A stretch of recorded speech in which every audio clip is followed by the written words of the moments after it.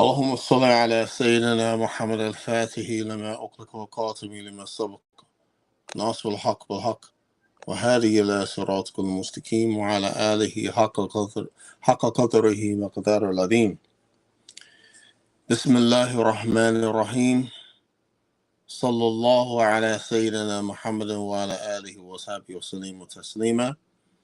الحمد لله رب العالمين. الحمد لله رب العالمين. أفضل الصلاة وتام التسليم على سيدنا محمد وعلى آله وصحبه أجمعين. ورضي الله تعالى عن السادة التابعين علماء عاملين وأئمة أربعين مجتهدين مقلديهم إلى يوم الدين أما بعد. Welcome to another the Soullutionz podcast.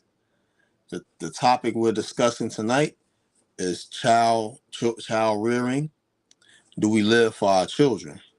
I'm one of your hosts, Imam Muhammad Abdullah Ameen, along with Amir Khalil, Abdullahi, Imam Malik Robinson, and brother Saleh Abdul Mujeeb, Ustad Saleh Abdul Mujeeb.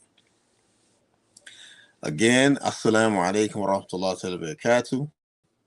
This is a very interesting topic, and this topic came about. We had a discussion earlier this week, and it gave me some thoughts, right?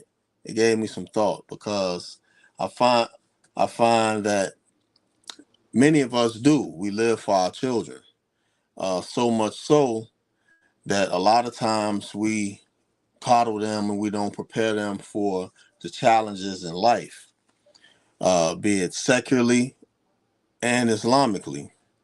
Even educating them, we focus more on the secular education more than the religious education, and they need both to actually maneuver and survive in this life.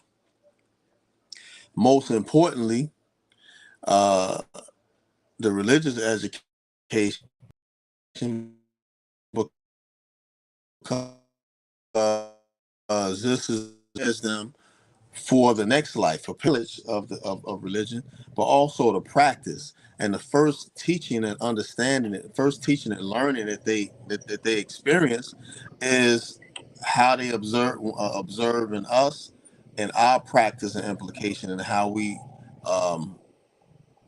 implement our deen. One of the things that they really pay attention to is that if you fashion your household inside the guidelines of the Sharia, meaning that your household is a connection. It's not just your house where you eat, sleep, drink, rest your head, entertain yourself, but it's also a connection to the masjid. All right. The children, they pay attention to that. Even when you observe some Muslim children, you can pretty much tell what degree of Islam they're getting in their home. Right? You can pretty much tell. I mean, you see it in their character, in their actions, in their behavior. Except for my children. My children are rough and bad. I mean, they be running and ripping and running around the masjid. They be stealing on their Amir. You know what I'm saying? When he ain't looking, they be socking. If they was here right now, they'd be socking me upside my head while I'm doing the podcast. I mean, they don't have no kills with, but mashallah, around the Jamaat, they growing up in the masjid. So even though they running around, they still observing. So they pay attention, and they know a lot. They know a lot more than what we think, than what I think they do, because they pay attention. They pay attention to me. They love to. They see me reading the book. They don't even know how to read. They'll just grab a book because they see me. They see me with a book, and they open the pages and they move their finger along the words like they're reading them. So it's um, part of this is all incorporated in their learning. Also, they observe their older siblings. The older siblings are focused and make education important. They also imitate them as well, right? You mean they closely examine the mother and the father. You know what I'm saying? And when they're around other Muslims, older Muslims like my peers, your peers, they are examining and paying attention to everybody. You know, so they get a glimpse. They get a glimpse of how things supposed to be maneuvered in life, right? And you know, and for me, I'm not a parent that live for my children, right? I live for my next life. You know what I'm saying? And my job is to prepare them for the next life, and to instill in them the things and qualities that's real important. Like for example, I got a child that like to share, right? So that child that like to share, they'll just share with anybody. Or I got a child that's that has they always ask questions, right? They always ask questions. Some questions could don't make any sense. Some questions are real important, and they're inquisitive, right?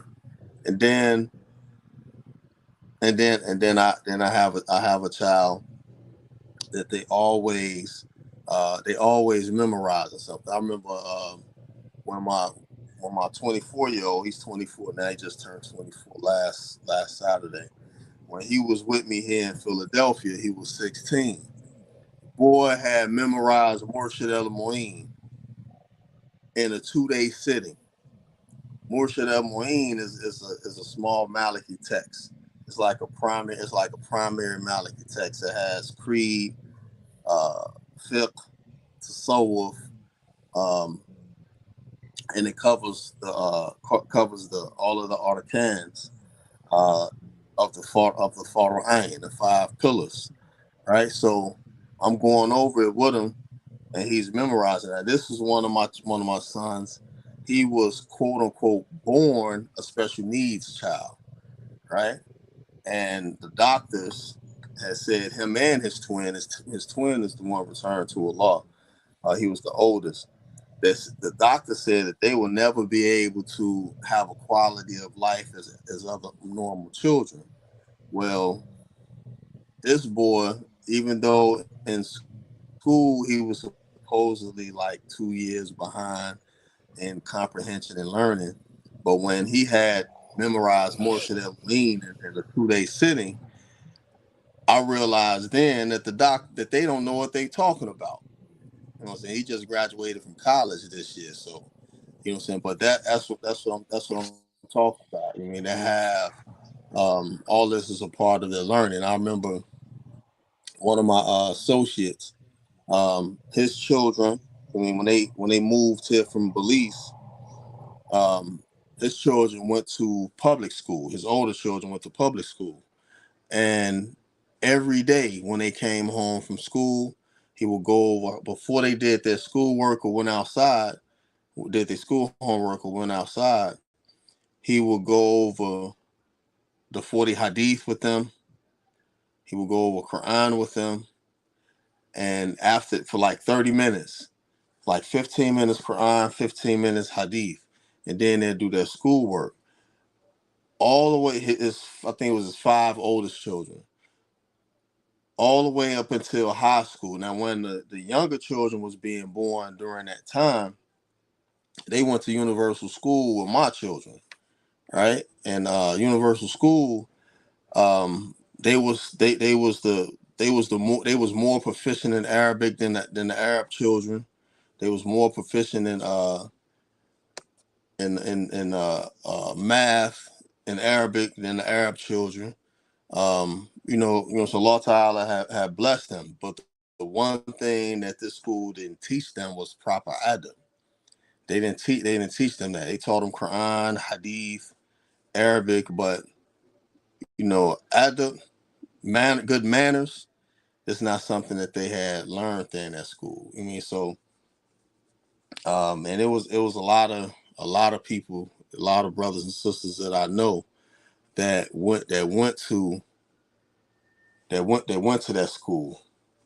And mashallah, some of them went overseas to study. They continued their Islamic education. Some of them got into secular studies and became doctors and lawyers and accountants and geopoliticalists and geopoliticians and all of the sort. But this is related. It's still related to the topic. You know what I'm saying? It's some Muslims that they live for their children. I mean they allow them. I look at it as allowing them to become failures, because they don't instill in them the importance of practicing and learning Islam. They only instill in them the importance of secular knowledge and trying to and knowing how to get a bag, but knowing how to get a bag only to work for somebody, not on getting a bag on how to establish and found their own businesses and their own production companies and things related to that and so forth. And this is one of the things that in the end it come back to bite you. You know what I'm saying? Come back to bite you in the end. And sometimes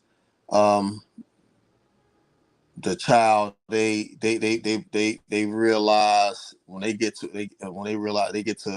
a point of maturity where they start maturing, then they realize, like, look, I need to get on my deen.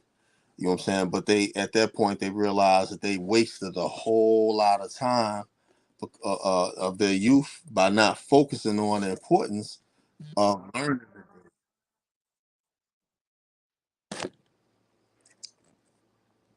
So that was my little introduction, and saying my observation. Saying Saleh, I mean, you could chime on in now. As soon as I said something, the stream started buffering. Yeah, you back.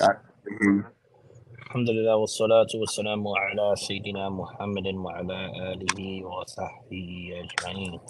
Hey everybody, assalamu alaikum wa rahmatullahi wa barakatuh. Inshallah ta'ala, we all see the topic about, us living through our children. Can you hear me good, Abu Muhammad? I'm I clear? hear you fine. Okay. One of the things I wanted to talk about when I was talking about this topic, Abu Muhammad touched on a few little things, but I'm trying to get Mr. Petty Pendergrass to come out, but she kind of holding back. I don't know why he didn't come out. I was expecting Petty Pendergrass and Mr. Petty Draws to be on here today. But alhamdulillah, all jokes aside, but what I wanted to talk about is when we say living through our children, right? I see in our culture as of now is that when we living through our children, our culture, we don't tend to live through our children with the khair. And what I mean by the khair is that the good, right? That we influence in our children to do better than us by being more productive in us when it comes to good deeds, whether it be dunya affairs or whether it be Islam. Such as, let's talk about the Islam first, such as living through our children. We should have the demeanor that, okay, I didn't get a chance to memorize Quran. The hasan, the good aspect of it is that, okay, I never got a chance to read Quran. I'm going to send my child to a madrasa, and he learned Quran or she learns Quran, and they become hafiz, right? Or I send them off, and I want them to come back to be alimas or scholars, a alim, a male scholar, or a man or a male or a female version of a person with knowledge. That's the beauty and the good that we should have when it comes to living through our children. Since we couldn't achieve it, we should want our children to achieve it, right? But in our communities, now here go the con, in our communities, we have a tendency of living through our children when it comes to the haram, right? When it comes to the haram. Abdul Mujeeb, what are you talking about? You know, you sometimes you tend to go left, but what are you talking about, Abdul Mujeeb? What I mean by this is that everything that we want to do since our children, we'll allow our children to do it instead of us, right? We promote our children to get tattoos. We promote our children to smoke. Oh no, I know we don't want to hear that. No, we don't want to hear that. What I mean by promote, we show them not covered, taking birthday pictures. Look at my child. Look at this. Or we give them money to go and do these certain things that can result to bad behaviors, right? Your child come when they're 18, when they're legal, or 16, you're like, yo, mommy, I want to get a tattoo. We all know the narration of the Prophet sallallahu alaihi wasallam when he says that curse the person who gets the tattoo or receives the gets the tattoo, or I mean does the tattoo or receives the tattoo. Right? So we know these people are cursed. But we give our child the money because it's their birthday or whatever reason it is to go do something that we know is going to get them cursed in the hereafter. Right? Or we have this thing now where us as adults, we're allowing our children to pick their religion. I don't want to force this religion upon them, but what is good for you is better for them. It's better for them. So then that makes us evaluate ourselves that do I take this religion as seriously as it should? Because Allah subhanahu wa ta'ala legislated how we treat our children when it comes to Islam. Allow them to be kids. When there's a certain age bracket, Abu Muhammad, what's the age bracket that we should, whoop our kids lightly if they don't pray? 10 years old. After 10. After 10, we should be whooping our children light. This is the importance of them praying, right? We allow our kids to sleep talking about, oh, they have school in the morning. We allow them to neglect the prayer, to get sleep to go to school. When we know that they may be held accountable for this. And when they become mukallaf, so now they become, they're pubescent, right? They become pubescent. Now they're pubescent. They don't want to pray. They don't want to fast. And we approve of it. We allow them to do whatever. We're just fasting. When we allow them not to do so, we allow them to choose their religion, right? It's so often that I see, parents fully need, especially with our women. Forgive me. I love my sisters. Forgive me. But the lack of absence of men is one of the core issues on why we see this. I see women fully niqab, all black. But then you see their child, mini shorts on, hair weave all the way down to the middle of their back. So now it says, we know we're not supposed to be doing it. Why are we allowing our children to do something that we show that we approve of subconsciously or even consciously? We're promoting that. When we know it's no good. No, you're not going to do this. This is this. And when we do these type of things, we're sexualizing our children, right? Even when we buy them some of the finest things when they don't deserve it. Your child to get all F's in class, all F's, all through the year in school, but still maintain to get some of the best things. What are we doing? We allowing them, they get reward for bad behavior. They get rewards for bad behavior. Right? They get F's in school, but you still go get them the LeBron James or the Lucas or the newest Jordans that's out. Right? So what are we saying? What are we saying? If we are allowing this, that means this is something that we want to do. So we're allowing our children to live this lifestyle, and we're living this corrupt lifestyle through our children. And then we look at the results. This is why our children don't behave in a fashion that shows us Muslims, right? We'll go send our children off to college, 8 years, right? Well, forgive me, not 8 years, 4 years, 4 years of college, whatever it is, to reach some sort of high position and scholarship, right? But then when we say no, we need to send our kids off to go learn Quran. So when we die, we have imams in our community. We have scholars in our community. Oh, I don't want to send them off. I heard about these schools that do this. I heard about these schools that do this. They beat our kids. But do we know in colleges our children are being victimized of rape, of being drugged and raped, right?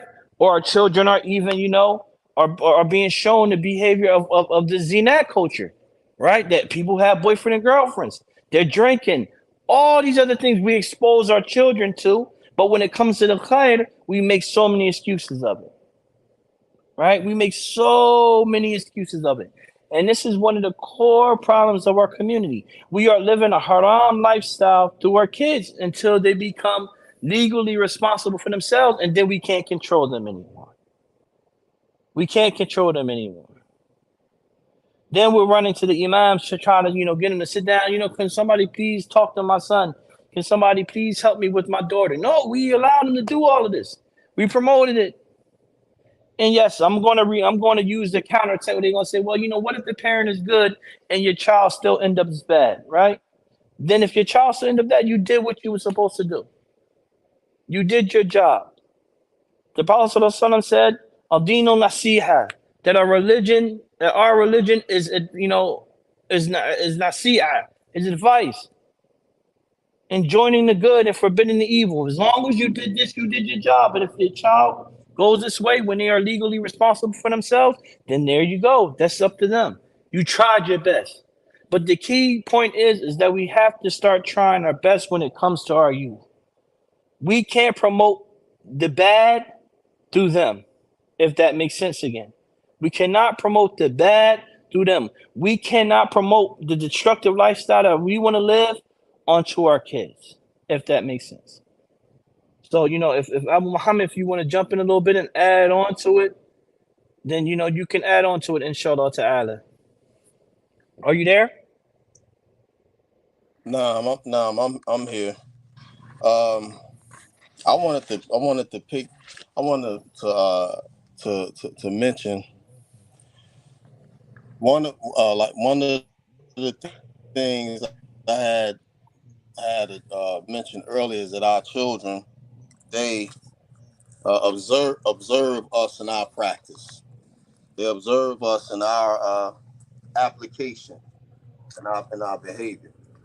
One one thing we have to be diligent about is that we're Muslim and we're trying to raise Muslim children. So because they pay attention to us, they observe us. Our actions and behavior has to be in accordance to what Allah and His Messenger has legislated. So we have to behave like Muslim, right? We can't expect our children to be Muslim if they don't see us being Muslim. That's hypocrisy. That's hypocrisy. I mean, and they're not gonna want to be Muslim if they don't see and they're not exposed to what a Muslim looks like, right? To what a Muslim looks like. They see their mother garbed up, but they don't see her pray. They don't see her fast. They don't see her eat. They don't. She don't eat. They don't eat the biha halal because their mother don't eat the biha halal. They see their mother drinking, smoking weed,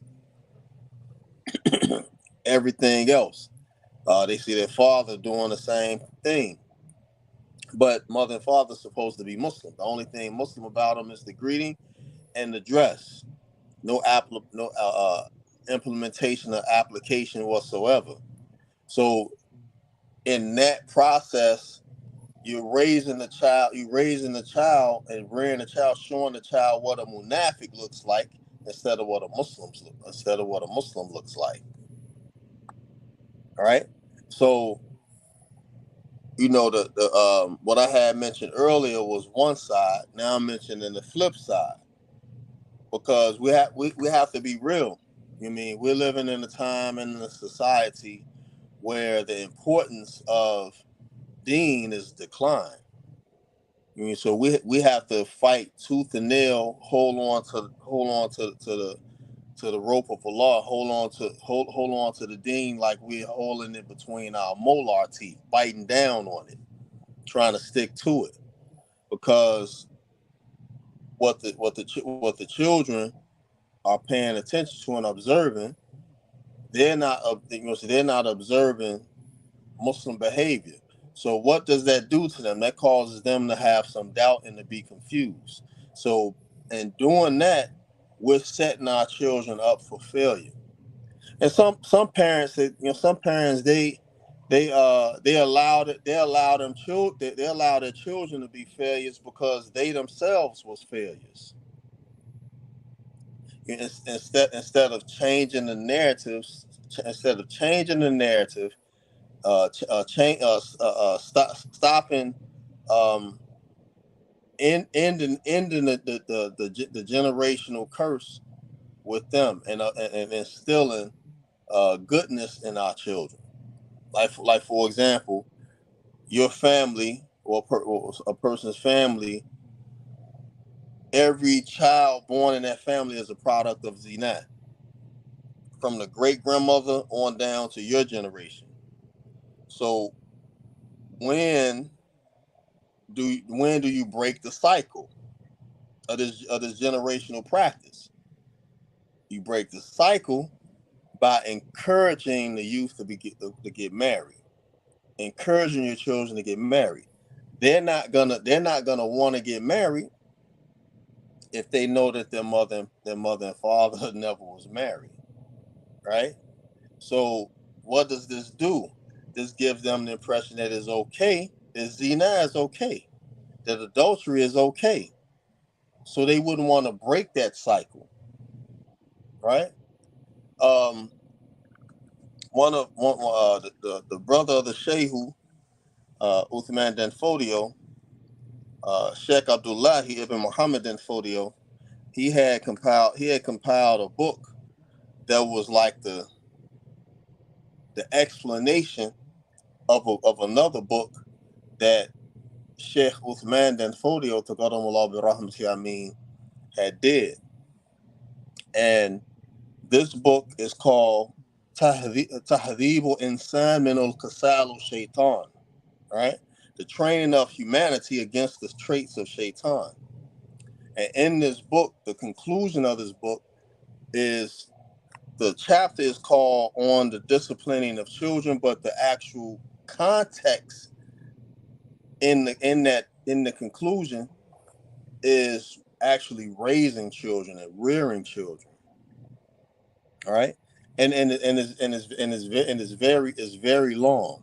Like I said, this is like the explanation of one of Sheikh Uthman Danfodio's book, but the third chapter the third chapter of the Sheikh's book, called Tafriqu Bayna Ilm Tasawwuf, right? And you know, and this book is where the Sheikh he had broke down the practicality of implementation of Tasawwuf, character transformation, right?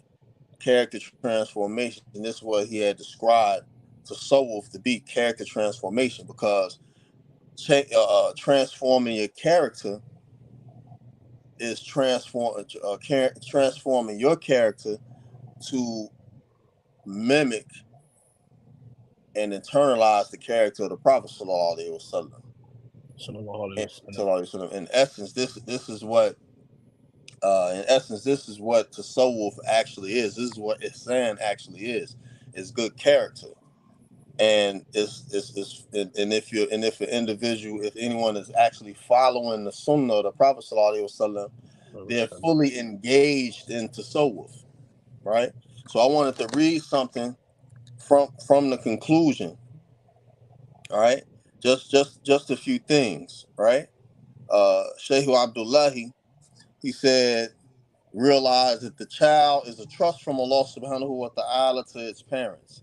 its heart is pure and free of all forms of embellishment.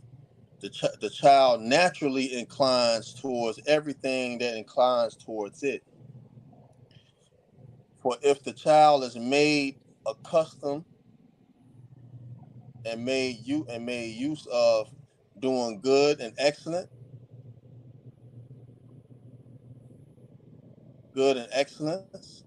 and if the child is educated with excellent adab manners, then originally it will be reared based upon excellence and enhanced adab.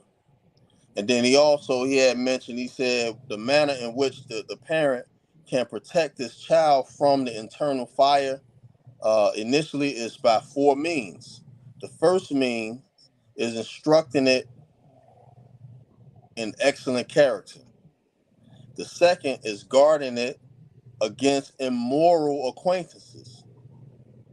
The third is not allowing the child to get accustomed to affluent living and over adornment if it is male, and not permitting the child to get accustomed to the casualty factors of luxuriant living, so that it does not waste its entire life chasing after these things. So what I'm saying, so the opposite the opposite of um, not allowing the child to get accustomed to luxuriant living is that the child has to also see in the parents actual practicality of zuhud, an actual practicality of giving charity, giving sadaqah, an actual practicality of being dutiful to their parents, to their grandparents, and being supporting and helping their neighbors, right? So this is what the child has to learn these acquaintances by observation, right?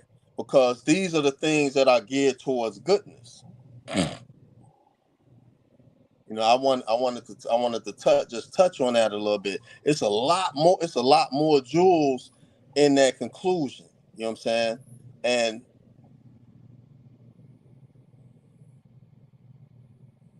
I mean, it's a lot more jewels in that conclusion.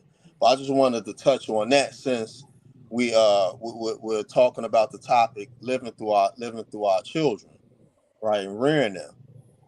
You know what I'm saying? I thought everybody was gonna come on, but I guess Amir Khalil he gonna take a break out of the joint tonight. Alhamdulillah, that's good though. But still, the other thing too that also assists and aids in the rearing and upbringing is that the parents are associated and connected to a jamaat. They're connected to a community. You know what I'm saying? So where the community, you know what I'm saying, they have it's other children, you know what I'm saying, and they're around, you know what I'm saying, other Muslim adults, you know what I'm saying, that they call it uncle, auntie, you know what I'm saying, and they seeing how we interact, you know what I'm saying, with each other, because Islam is a communal way of life. It's not an antisocial way of life, right? You know what I'm saying? We're not the lone sheep. We don't associate or move like we're sheep that broke away from the flock. The lone sheep is devoured by the wolf, and Shaitan, who is the wolf, right? He's the wolf, and he also devises plans to get hold to certain people to get them to like break up the order and the camaraderie in the community. And we see this many times. Imam Khalil talking about he on vacation. Ain't nobody coming to see you, Otis. Is that him saying that's Yeah, he talking on about he on vacation? vacation. Nobody come to see you, Otis. They ain't want to see you anyway. You ain't never on vacation. Long as Nobody that coming to phone see you, ring, you ain't never Otis. on vacation. You know, so That's what I wanted to mention that. I mean, so uh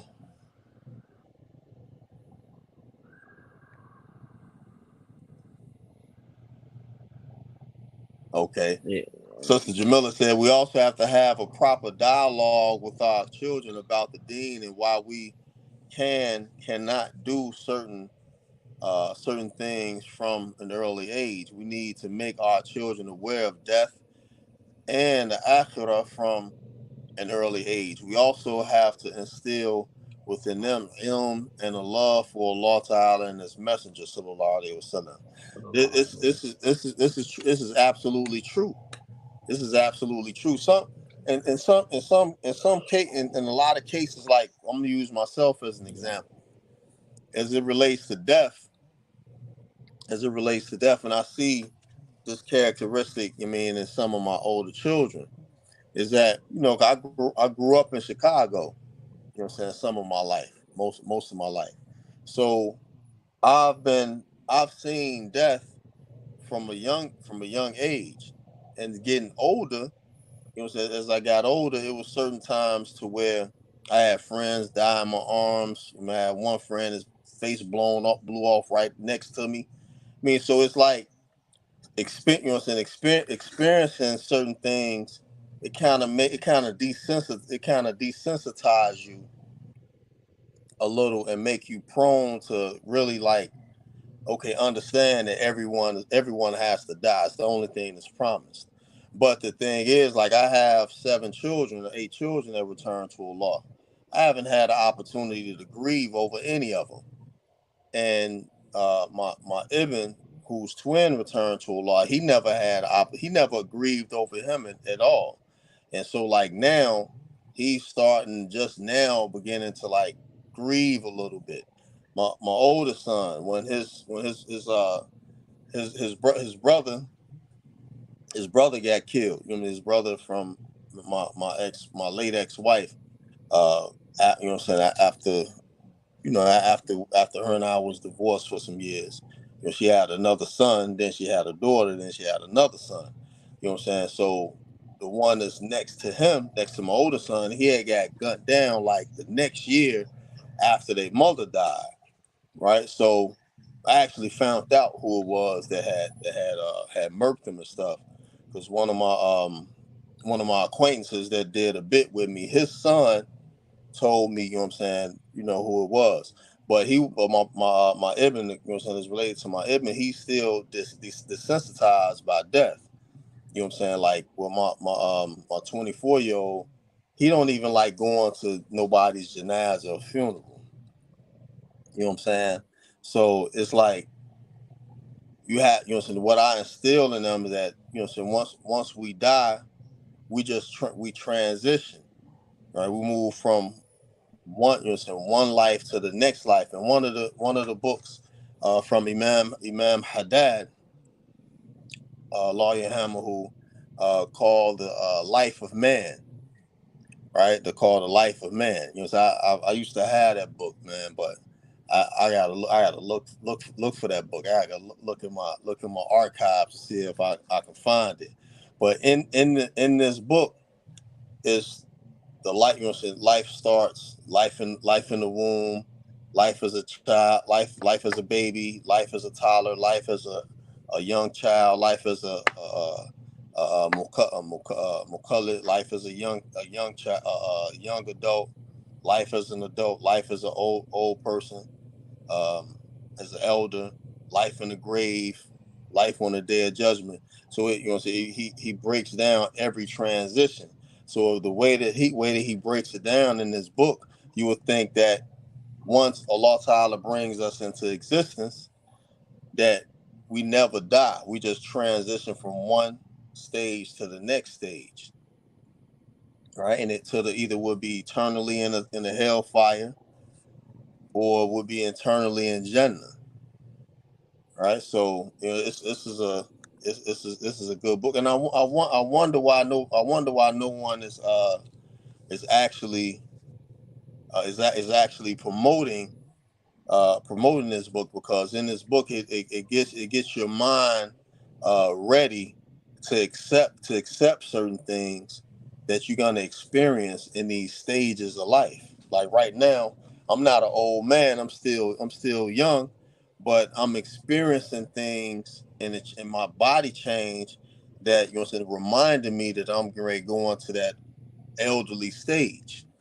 So like right now, I'm more focused on uh trying to gain the pleasure of Allah subhanahu wa ta'ala and preparing to meet Allah subhanahu wa ta'ala than I was 25 years ago or 30 years ago. I wasn't concerned back then, right? You know what I'm saying? However, even though I was practicing my deen, I was practicing deen back then, but it was still a lot of time and certain things that I wasted.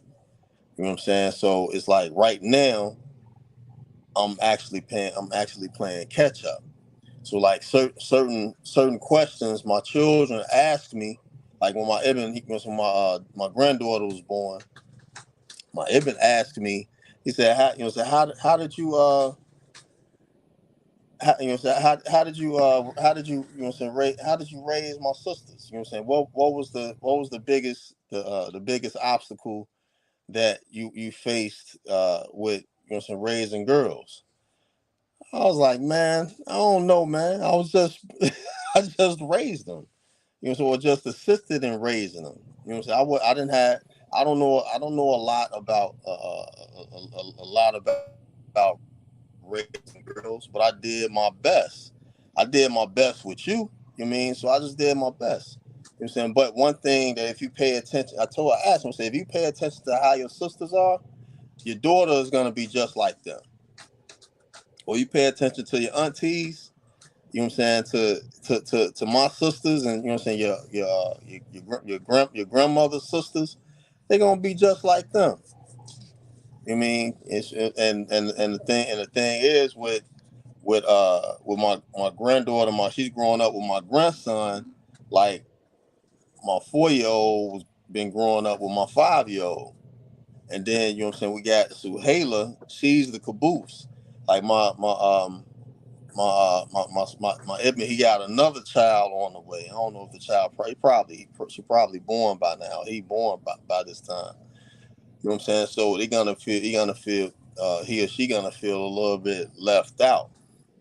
But because they close in age with my youngest three, you know what I'm saying? When they connect, they gonna jam, and they're not even gonna be thinking about these are the aunties and the nieces and nephews. You know what I'm saying? Because they children. Children don't know anything about that unless you tell them. Yeah, so but that's one of the major things we got to do. As you said, going back is that given as you said, one of the things you said was about Jamat, right? It made me think about a conversation I was having with somebody earlier that I asked a question about. A sister wanted to marry a brother, and I said, what masjid do he go to? And the answer was he go all over the place, right? I said he goes all over the place. I said, so if he goes all over the place, who knows him? But he says that and the response was he said that the people know him here. I said, well, that's what he says. I said, but how can we, do a background check or a fact check? But that's one of the major things that you said. It has to start with Jamaat. It has to start with us building communities, right? Where if my shortcomings come into play, if our kids are being raised in the masjid, they could see somebody else like, well, look at Brother Abdullah, he does this. And sometimes a child can give you the harshest reality check, right? They'll hit you with, well, he does that, why you don't do it, right? And make you feel stupid, like, dang, because they are very observant and they soak things up like sponges. So we got to look at things like that, right? And when we do that, that should make us want to be more careful on how we uh conduct ourselves in the public, so our kids won't see these things and to keep us in the constant remembrance of Allah subhanahu wa ta'ala. Because a key factor is that we fall short, man. We fall short. And how society created us now and creating the people is that falling short, right? Falling short comes with no consequences, right? It comes with no consequences at all. So if you don't feel like praying, all right, I just don't pray. Nobody gonna say anything because the people around us isn't really praying. They still out here doing these things, right? And then our children gonna see that, as you said. Our children gonna see that. Oh, look, they're not praying, so why should we, right? And then the messed up thing is, we all, face the demon, especially us that lives in these inner city communities. That some of us can't get away from hip hop, right? But how we can balance this out, allow Quran to be, you know, listened to more, because there's no way that our children are struggling with the entire salah, not just Al Fatiha, the entire salah. But they can tell you every little Dirk song, every little baby song, every ooze. They could do the little crazy, little funny Uzi Vert dance, the I Wanna Rock dance, right? He wants to walk around with chalk on his hairline, all type of stuff instead of resemblance to Prophet Sallallahu Alaihi Wasallam, right? They can do all these other things, but when it comes down to say that Fatiha, they shy. But tell you, oh, you rap that new little Dirk song. They say the song with the cuss words and be proud of it, and be proud of it, and be proud of the shenanigans, right? So we got to start showing a little bit more too, and be steadfast on our prayer and the things we need to do, But as again, subconsciously we do that, right? We want to live that corrupt lifestyle. As soon as we get in the house, brother Abdullah turning the man again. Brother Abdullah back to man, right? He take off his izar. He got his little skinny jeans on his izar. Got his little tight shirt. He rolling up an L in the backyard, blowing, smoking weed, talking about Allah subhanahu wa ta'ala while they smoking weed, right? Billah, may Allah protect us from that, right? And then the women, they go home, they put on sexy red, or what's the other little funny looking girl talking about she want to do all these crazy things to these men, right? Twerking, doing all type of stuff. I was watching this video, Abu Muhammad, right? Abdul Kabir put it on the thing, so I sat and watched it. Old girl was pregnant, standing on the car, twerking, pregnant, talking about I dropped the perk in his drink and I don't even care. And I'm like, yo, this is who raising our kids. And then the mother, you right along singing the song, twerking to the shenanigans, right? All to this buffoonery. Yeah, you know what I mean? So it's like we're living these double lifestyles once the pious dress comes off, right? The pious dress come off. You having these parties at the crib for your kids, right? And they all doing that shake that ish. All them doing that is shake that ish. And you could go. Where's it? You doing all of this, right? But your kids is struggling with Al Fatiha. They can't get past Bismillah.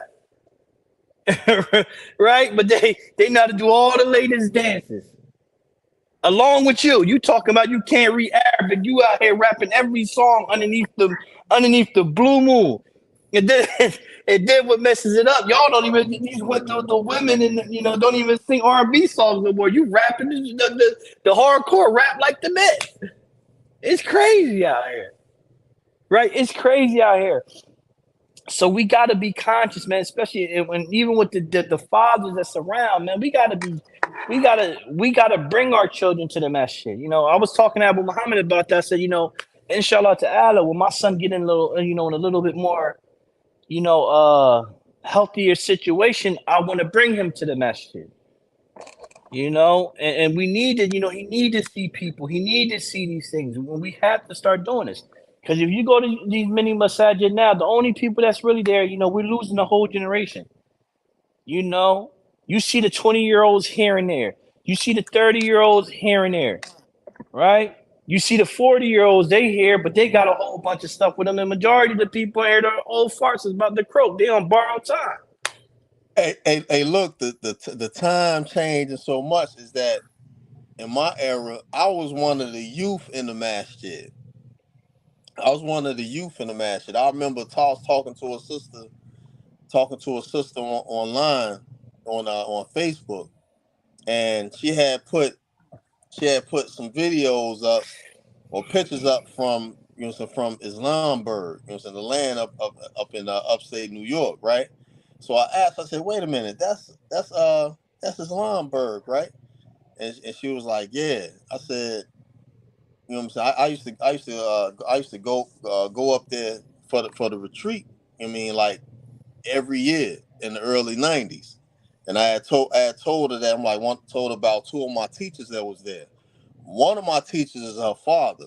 So then when she mentioned to me that that was her father, I remember seeing her when I was young. You know what I'm saying? It was like during that time to even though I wasn't Hanafi at that time, but I was learning Hanafi fiqh there. You know what I mean? You know what I'm saying? So it was like that's what he taught. That's what Khalifa Atiq taught. That's what um, Khalifa Jamil, which was her father, he taught Rasul Akram, and he taught Talim ul Haq. Talim ul Haq is one of the primary Hanafi fiqh books. Actually, I got that joint on PDF too. You know what I'm saying? I got that joint on PDF. I had found it a few years ago. So yeah, about 7 years ago I had found it and I had got it on PDF. But still, it was like one of the, that was one of the like the prime times in my Muslim youth. One of the best times in my Muslim youth. Like now, you go into the masjid, you see more gray beards than you see black beards or brown beards, or you see more salt and pepper beards than you see black beards or brown beards. You know what I'm saying? Because we're not pulling the youth into the masjids for the muamalat, for the amal, the amals of deen. You know what I'm saying? Master Uthman Danfodio, we always have youth in the masjid. Majority of the youth is the Amir's children. And my and my all 46 of them. and my three.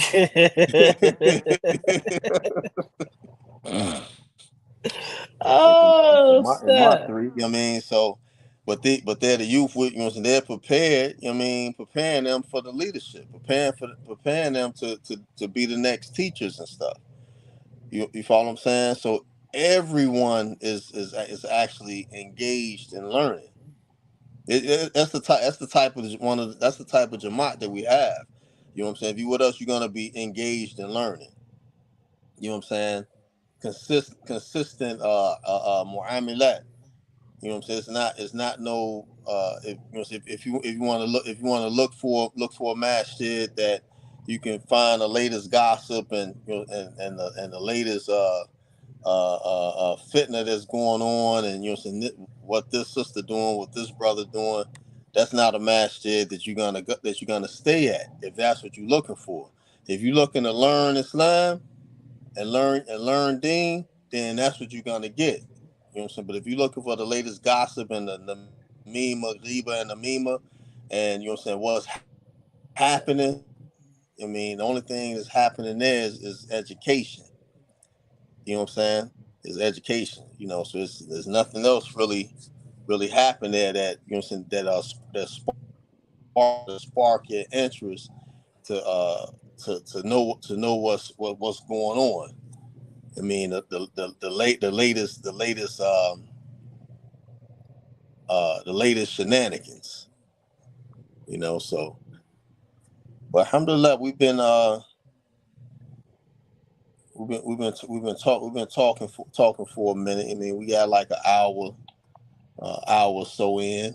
You know what I'm saying? Oh, before I forget, if you're watching on YouTube, please like, share the video, hit subscribe to the channel, and hit the notification bell. If you're on Facebook, like the video, share it to your platform, share it to some of the groups that you're in. Kind of spread to get the Facebook algorithm going, get the YouTube algorithm going.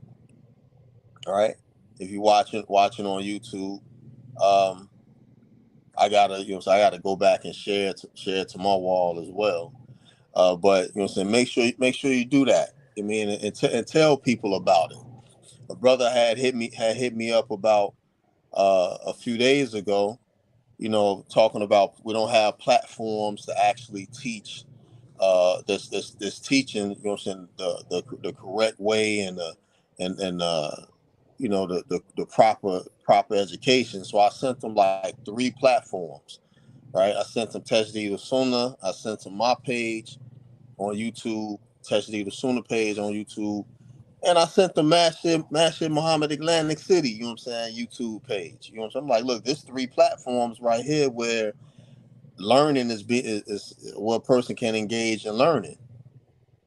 You know what I'm saying? So you can't say that there's not any platforms where you're going to you can learn a proper creed or proper application of Deen and a proper application of the soul.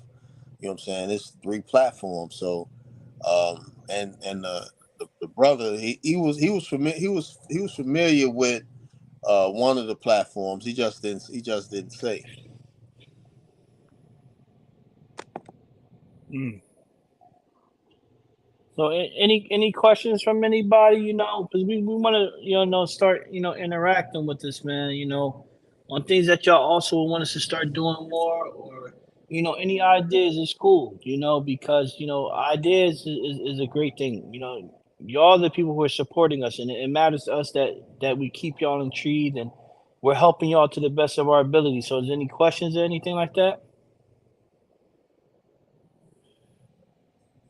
Brother made a comment, said brothers in the Fed said we not out there enough. Spread the link. You ain't out there enough, brother, in the feds, man. Come on, bro. You gotta. You ain't out here. We need y'all out here. You know what I mean? Don't be too worried No, about getting no, your but you stuff know, right in there. I, No, I I, know, I I, know. I'm saying it. I'm I saying it. I'm understand what saying he's it with saying. love. I know. I'm saying it with love. I'm saying it with love. We need brothers home from the feds, man. Getting right, man. We need y'all home, man. We need y'all cooking up because y'all got nothing but time. Start Hey, memorizing Quran. Start learning fit. for You real, come out here and be dang near scholars, man. for real, but not for nothing though. We need to be trying to get in them Fed joints because in them Fed in the Fed joints is mostly most of the chaplains that go into the Fed joint be uh, Wahhabi Salafis, right? They need Ahlul Sunnah in there as well. You follow what I'm saying? But I don't know about in PA, but I know in Illinois, you have they have like everybody come. They had a Ahlul Sunnah being there. Imam Faraz used to go to Stateville and Shawnee. No, Stateville and Sheridan, and then you had brothers who was Salafi. They used to go to like East Moline and Dixon. I mean, then you had in Southern Illinois, you had brothers imams from Imam Warbdin Muhammad community. They used to go into Vienna, Vandalia, Centralia, you know, what I'm saying, different institutions. But in the Fed joint,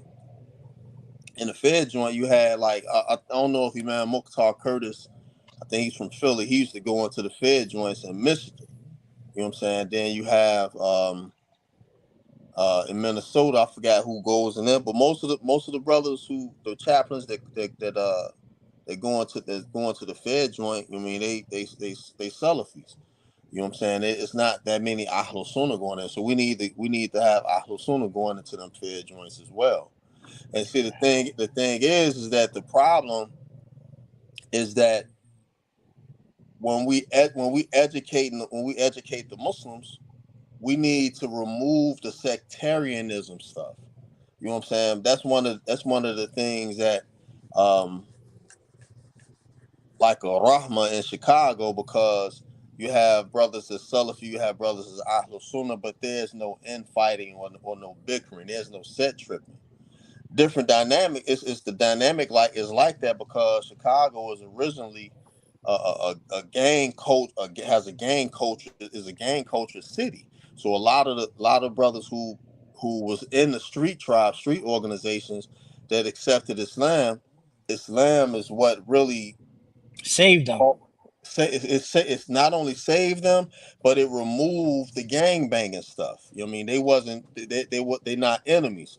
Allah Ta'ala guided them to Islam, and he made them brothers. You follow what I'm saying? So the only thing that they're concerned with, they trying to be Muslim.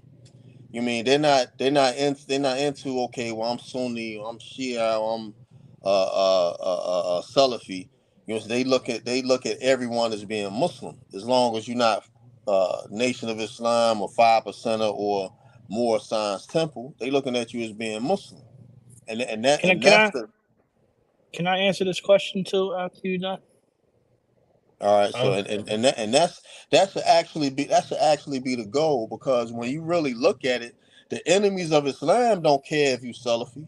The enemies of Islam don't care if you Shia. The enemies of Islam don't care if you Ahlul Sunnah. They're gonna kill you all. They're gonna kill us all the same. They're gonna be against us all the same.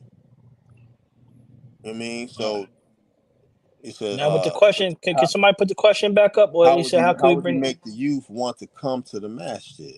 Okay, I'm gonna give y'all two things, right? We got to know what is just like then. You got to know what's popping with the youth, right? What do the youth like? What are they intrigued with, right? What they like now, they like these personalities, right? They like hearing these stories. You know, these YouTubers, they spend closely roughly about 16 hours a day on YouTube, right? So we got to look at it as they like these personalities, right? And when we say the youth, we got to know what dynamics, what geographics we're trying to capture. So we're trying to capture the 15-year-olds and stuff like that, and the teenagers underneath that. The only thing you can do is just fight for them a little bit more. When Jumu'ah come, say I want to remove my child from school for Jumu'ah. Take them to the masjid so their hearts can be there. If they're in their 20s and all these things, we have to start investing in trying to get, you know, these personalities in here. You know what I mean? These personalities, you know, such as Abu Muhammad said, there's a new God out here that everybody know. We all know about Oblak. All the kids know about Oblak. Is a new guy that just came out. You know, he's Muslim, such the name of Tay Savage. We try to get these young guys to come through and talk about these certain things. These kids that's out here doing the drill music, listening to drill music, they know who this dude is, and he's Muslim. We tackle it by doing this, right? Bringing these personalities. It was about I don't know, 6 months ago. It was a guy named by the likes of Abu Taymiyyah. He came to Masjid for the Khan, right? Masjid for the Khan packed, was packed with young men, young solid men in their 20s, early 30s, young men that came to see this man because he's a personality. So we got to start catering to what these young kids like. They don't just like this regular stuff, right? Anymore. So we got to cater to what catches their attention, you know, such as, you know, we try to link up, especially the older guys, the guys that have some sort of stain that know how to that knows how to network. We go to where these guys come out. Rollo's coming home soon, right? Everybody knows who Rollo is. We should, you know, the guys who know how to talk, that's connected with certain places. We connect with these guys. Yo, Rollo, come down here. You know, just man, don't even worry about this money, man. We try our best to hit you off or whatever it is. Come talk to these youngins. The young guys are going to show up, right? The young guys are going to show up. That's how we get that crowd. The 30s and the 40s, man, we already know what to do. We need to, how we get them there. If it ain't women in the masjid, women start coming to the masjid, start trying to get married. Men is gonna come. The men are gonna come. And since the men are there, the sisters there too. Just be pious, holla at Abu Muhammad, holla at Imam Khalil. They'll set some up, get you married, and get you on out the door. And then you bring your family, and then this is how we get people in the masjid. That Hey, simple. It ain't hard. hey, look, I remember I was at a suhbah. I was at a suhbah with Sheikh Noor, right? And it was a brother from Ohio, from Columbus, Ohio. He had seen a sister there. You know what I'm saying? That was single. I think she had been married one time. She was a widow. Had two children. She studied in Syria. So he hollered at Sheikh Nur, and Sheikh Nur he talked to his wife. His wife plugged the joint, plugged them up. They got married right there. You know what I'm saying? It was like maybe 3 or 4 marriages that happened within that weekend. You follow what I'm That's it. That's it. That's all we got to do. That's it. Just show up. Bada boom, bada bing. We get you married. We see you at the door. Malika Muhammad. Wa alaikum salam wa rahmatullahi wa barakatuh. It's good to see you. We've been missing you. You cut us off, man. You set hot on us, man. On the dead Muslims, homie. You switch sets on us on the dead Muslims, homie. What's up with you, man? But yeah, it's easy. It's really easy. We just get the personalities and stuff, and this is how we get the youth. This is how we get the kids in, and then with us, we just gotta show up, man. We just gotta show up. We gotta try to, stay married, bring our kids in there, let them run around, and then the generation just go on, and it goes on and goes on. But it's easy to attack the youth now. But with the parents, if you're really really concerned about the youth, it's going to take y'all to help us to help them, right? We got to start investing in what they like. They want to see these guys. All right, come on. We try to put these things together because I was talking to my cousin. I call Abu Muhammad and them too. I spoke to them. I said, think about prom, right? Muslims. I'm on y'all hills too. I seen y'all. Y'all sons up there with the skinny pants, blazers and the pants on, and your daughters with that on, and they driving around in Bentleys and Porsche trucks and all that stuff for one night to go commit haram. Don't make it seem like they were saints. No, if we can invest $5,000, $6,000 on a car, $2,000 on some suits, $1,500 for some shoes, we can invest in their education and we can invest in their akhirah. Let's be real. Let's be real. Let's not sugarcoat stuff. We go out there and spend $10,000 for one night that they're gonna be committing haram on. One night you spent 10,000, 15,000 on the youngin.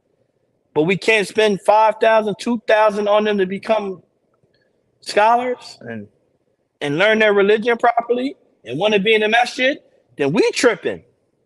We as adults, we need to get our priorities straight. I don't care what y'all say. I know it. I seen it. We see it every prom. We see it every prom year. Little Muhammad, fresh to death, sitting in front of a $300,000 car.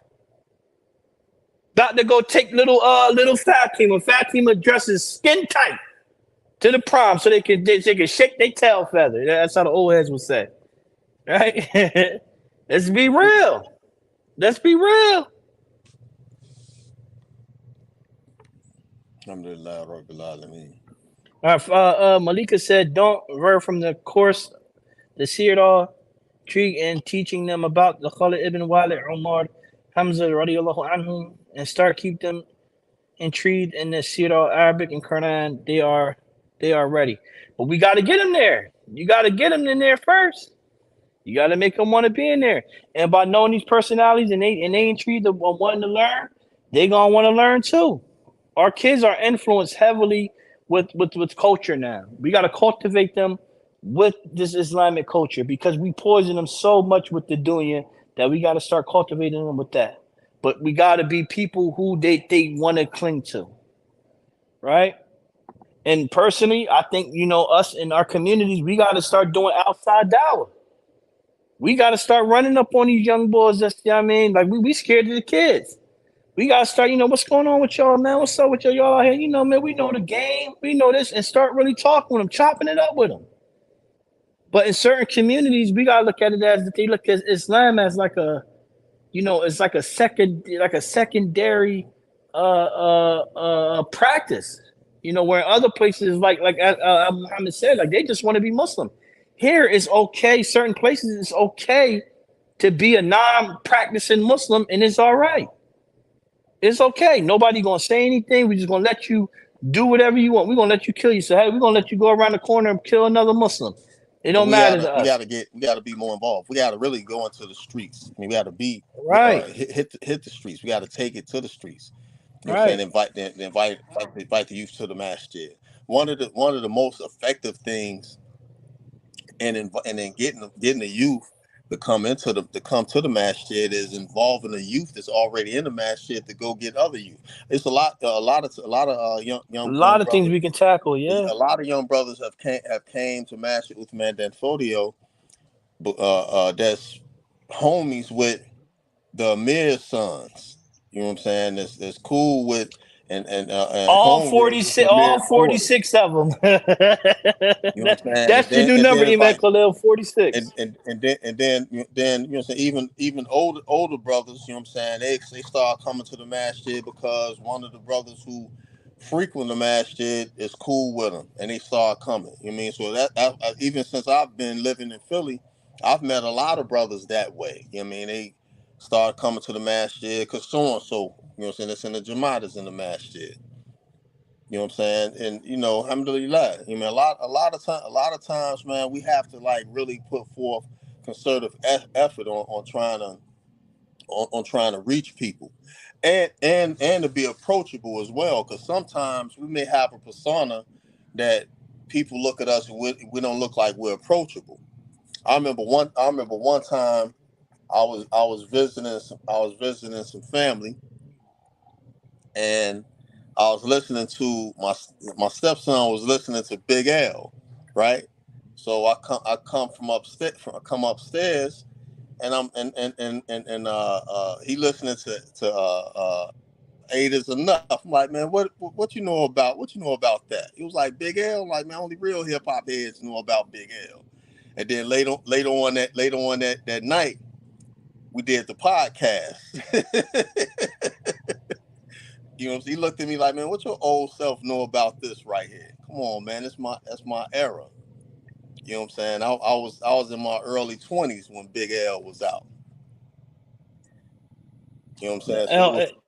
So it was something that we both could relate to. You know what I mean? So that in that instance, I was approachable. He could approach me, and And that what and and that, what got forgive me, just to answer Malika joint, you said what got little Dirk in tune back with the mash shit. Big Dirk. Abdul Haq. Right. Abdul Haq. Just for the your people who's watching who don't know these type of things, uh Not Abu not Muhammad. not not only that too, but you mean when King Von accepted Islam before he had got killed, you know what I'm saying, he was also instrumental as well. You know what I'm saying? Then when Abdul Haq, I think he had came home, and then you know what I'm saying, he had little Dirk had got involved. You know what I'm saying? Little Dirk's father, Abdul Haq, he was like one of the key figures that was connected with Larry Hoover. You know what I'm saying? And during that particular time, like mind you, a few podcasts before, I had mentioned that in the '80s, it was a lot of gangster disciples and black gangsters, new breeds that was interested in Islam. They studied, but they didn't ever become Muslim, because during that time they was kind of nervous on becoming Muslim, because Islam is like the literature. Vice Lords uses Islam. The Stones use a pseudo branch of Islam. It was some Stones that was actually Muslim, that there was they had Shahada. So a lot of the folks, they thought accepting Islam was like flipping. So I remember my last bit that I had, in '95, when I got called my pistol case. And the deck that out they had me in Division 5 first, then they transferred me to Division 6. So as soon as I got to 1L on Division 6, on the bottom deck, Finball was on the bottom deck. So I went to the bottom deck. I was Muslim. But the brother who had the building for the GDs, he had Division 6 for the GDs, and the brother who had the joint had the whole county for the GDs. They was on the top deck. Now they had never been to the bottom deck before. I think so I had made wudu, and I prayed Salatul Asr. I started praying Salatul Asr, and then but by the time I ended, when I salammed out, I seen both of them praying behind me. Now, when they when they came down, I didn't even pay attention to they had their security right there at the stairs. You know what I'm saying, watching us. You know what I'm saying? So when that happened, I had to talk to, you know what I'm saying, talk to the brother who had the deck for the Vice Lords and for the Stones. Like, look, you know what I'm saying, this is the only place we could pray at. We're not gonna pray in the day room. It's not totally confined, but no one is gonna be walking in front of us where to interrupt the prayer. So, you know what I'm saying, by them being on the from the top deck, he got the building and he got the building and he got the deck. You know what I'm saying? Let's try to like keep it peaceful. Because of that little effort, by the time I had went to the joint, it was about 20 shahadas that was given. Right? I was there for like maybe 2 weeks. Then my man Sadiq, he, you know, so I knew him from the street. He came in. It was an incident that had happened on the north side where the police had stormed the masjid and locked up Imam Khalifa Islam Rahimullah, the brother Sadiq, and another brother. You know what I'm saying? And we had got the call on 75th Street. So we had rolled up there, me, Sheikh Rami, Saeed, his brother named Saeed Abdul Kawi, uh, um, this brother named Abdul Malik, and a few other brothers. We had went up there. You know what I'm saying? So it was like when he came on the deck, and I know about it. This being my man, he's like real excited. You know what I'm saying, about giving dawah. So we immediately went to work. One of my homies that was from the hundreds. You know what I'm saying? He had me and him. You know what I'm saying? He was a black disciple, but me and him knew each other. You know what I'm saying? Because we hustled together. You know what I'm saying? We hustled together back in the early '90s, and you know what I'm saying? He had ended up taking Shahada. You know what I'm saying? When I went to the joint and he had got out, you know what I'm saying? I was giving him instructions on where to go. You follow what I'm saying? And learn Dean at. Then before I had came home, he had ended up getting killed. Ended up getting killed.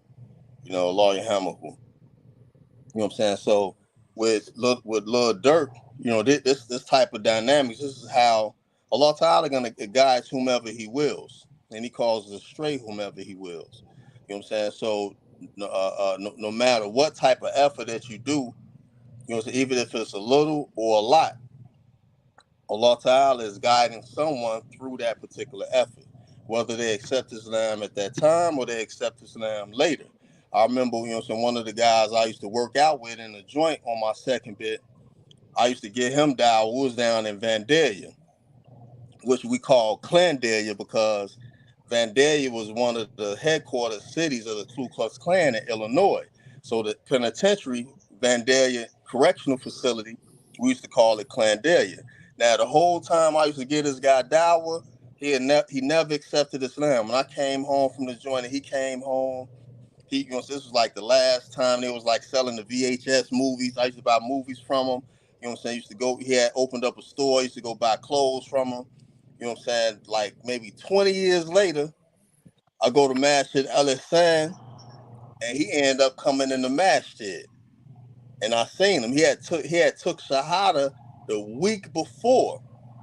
Because I normally prayed at Masjid Fatir, the masjid that Muhammad Ali and Jabal Muhammad had built from the ground up.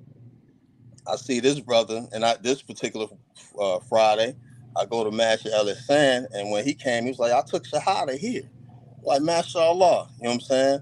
So, we have to, we have to be grateful and thankful to Allah Subhanahu wa Taala for using us and giving them opportunities of encouragement to people. Like I said earlier, we have to make ourselves approachable.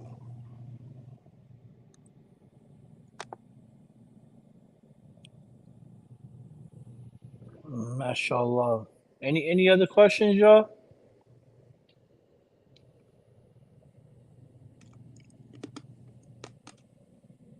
Any no more questions, Abu Muhammad? Any more statements?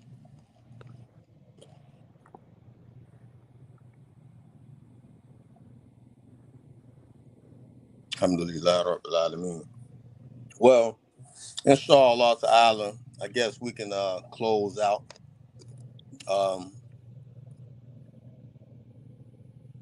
سبحانك اللهم وبحمدك أشهد أن لا إله إلا أنت أستغفرك وأتوب إليك سبحان ربك رب العزة عما يصفون والسلام على المرسلين والحمد لله رب العالمين برحمتك يا أرحم الراحمين والصلاة والسلام على رسول الكريم اللهم صل على سيدنا محمد الفاتح لما أغلق وقاتم لما سبق ناصر الحق بالحق وهادي إلى صراطك المستقيم وعلى آله حق قدره مقدار العظيم. Assalamu alaikum wa rahmatullahi wa barakatuh. Everyone have a blessed evening. Remember, like, share the video. If you're on YouTube, like the video, share the video, subscribe to the channel, hit the notification bell. And we appreciate everybody for showing up and, interacting with us too. We got to thank the people. We have not thanked Allah subhanahu wa ta'ala if we didn't thank the people. So we thank y'all for supporting us, showing us the love, and being, interacting with us. You know what I mean? Abu Muhammad said he still need a new rollie. He want a rollie now, right? I got my tablet. You know what I'm saying? I don't know what I need no more, but Abu Muhammad need his new rollie. You know what I'm saying? Brand new rollie. He said it's Series 8. Look out for the cookout. You can get it. I'm good, man. I got. You good? You good with that rollie on? He good with it, so he good. Right, he good. You know what I mean? I still need my Apple Pen. Please look it up. Give me my pen. I'll be good to go. Thank you, everybody. Shukran jazakallah khairan. All right. Assalamu alaikum wa rahmatullahi wa barakatuh. Wa alaikum salam wa rahmatullahi wa barakatuh.